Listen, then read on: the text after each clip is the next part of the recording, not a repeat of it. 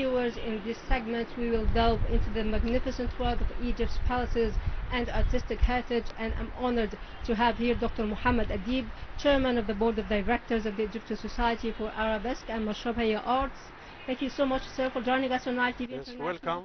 And at the beginning, I want to ask about, can you share your insights on what makes the palaces of Egypt beautiful compared to other historical structures around the world? Of course, the palaces in Egypt, it has covered already many centuries and many events. And during the review of all the history, it will cover long centuries and long years, and has many historical events. So it is very characteristic from the other countries that it has covered many centuries and many architectures and many drawings and many historical review. How do the palaces reflect the socio-political history of Egypt through different eras? Of course, it will be reflected because during the building of these palaces, it has have the native artists, and they are many artists. They are coming from different places, from Europe, from China, from East. All of these, they are taking the combined, whatever that the traditional and the characteristic, whatever the drawing, the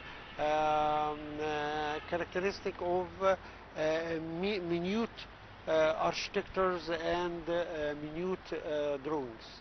And sir, could you discuss the styles that are prevalent in Egyptian palaces? I'm asking about the styles that are prevalent in the Egyptian palaces. Of course, the style is, as I told you, that it is has each palace has it is characteristic and has attraction, because it will reflect the characteristic of the native artists which they have already done. Whatever this is, زي قصر عابدين أو قصر محمد علي in the Alexandria, all of this. So it has a characteristic, as you give the questions about the windows. There is many palaces which they are like قصر عيشة. It has a characteristic of the colored glasses. قصر عابدين has a characteristic of the buildings and the columns. قصر محمد علي has different for the windows and doors of the wooden characteristic of Mashrabiyya and the great attraction of arabesque. How do these styles represent the cultural exchanges that have occurred throughout history? Of course, it will reflect the culture of the native. Like which you see that the architecture of the buildings and the architectures of the colored classes. There is many palaces which they can reflect the native country which it is coming from. Like the قصر like قصر السيدة عائشة أو قصر عابدين, it has the native artists which they are coming from. You know that also the architectures which they have already present. There is a very important, for answer of your question, there is painting which they have already present on the walls. There is many great painters and many artists who they have a very nice painting and the color and drawings. Sir, many of these palaces feature artistic designs. What are some key artistic elements you find in Egyptian palaces? Of course, the architectures which you said now, it has many be mixed, or the artists who they are building, it has attraction. Like Qasr Muhammad Ali. Qasr Muhammad Ali, the walls and the windows, it has some of them, they have arabesque and mashrabiya and a very nice wooden art.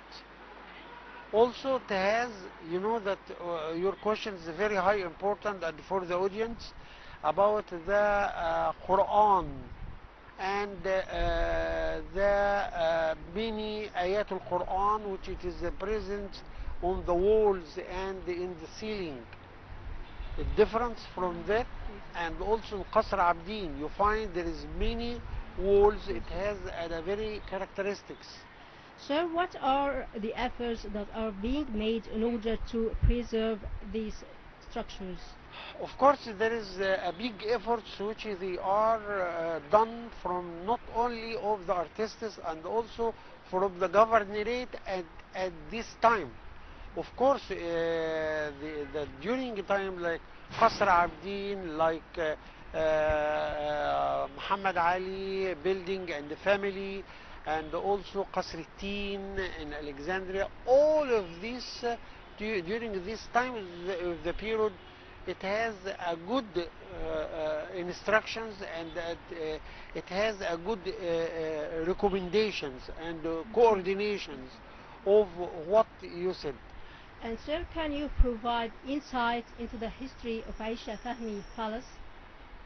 Of course, the building, I just came from the meeting with the director of this Aisha Fahmi Palaces. I find that the windows, long windows with very nice colored and very romantic movement of the hand and the body and the walls. All of this is very, very important, and it has very attraction not only on the young people and the students in the whole university, also for the foreigners which they come and visit of these palaces. And how did its structure or its construction reflect the cultural dynamics of its time? Of course, it will be a reflection. Not only, as I told you, it is not only the reflection of the native artist or the native buildings, native nationality of the one who have a design.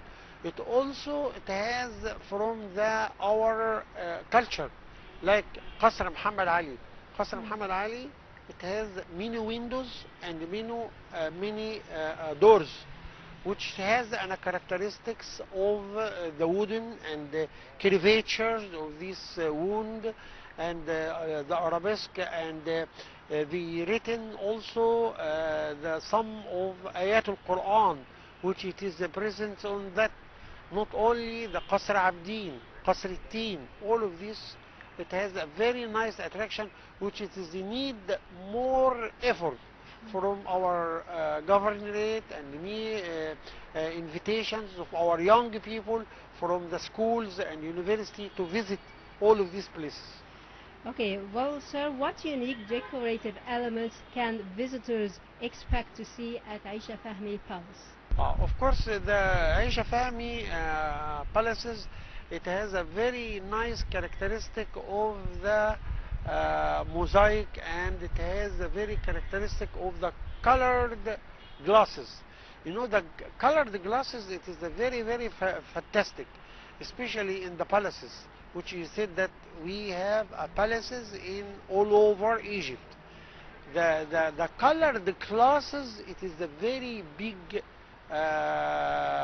gold stone, which is present in our culture and present also for a message of the young students and young people for attraction. In Qasr Aisha Fahmi, you will find long windows and long mirrors, which they have a very attraction. Not only of that, the roof, which it is have a very nice drawings and very nice attraction. Okay, sir, what do you envision for the future of Egyptian palaces?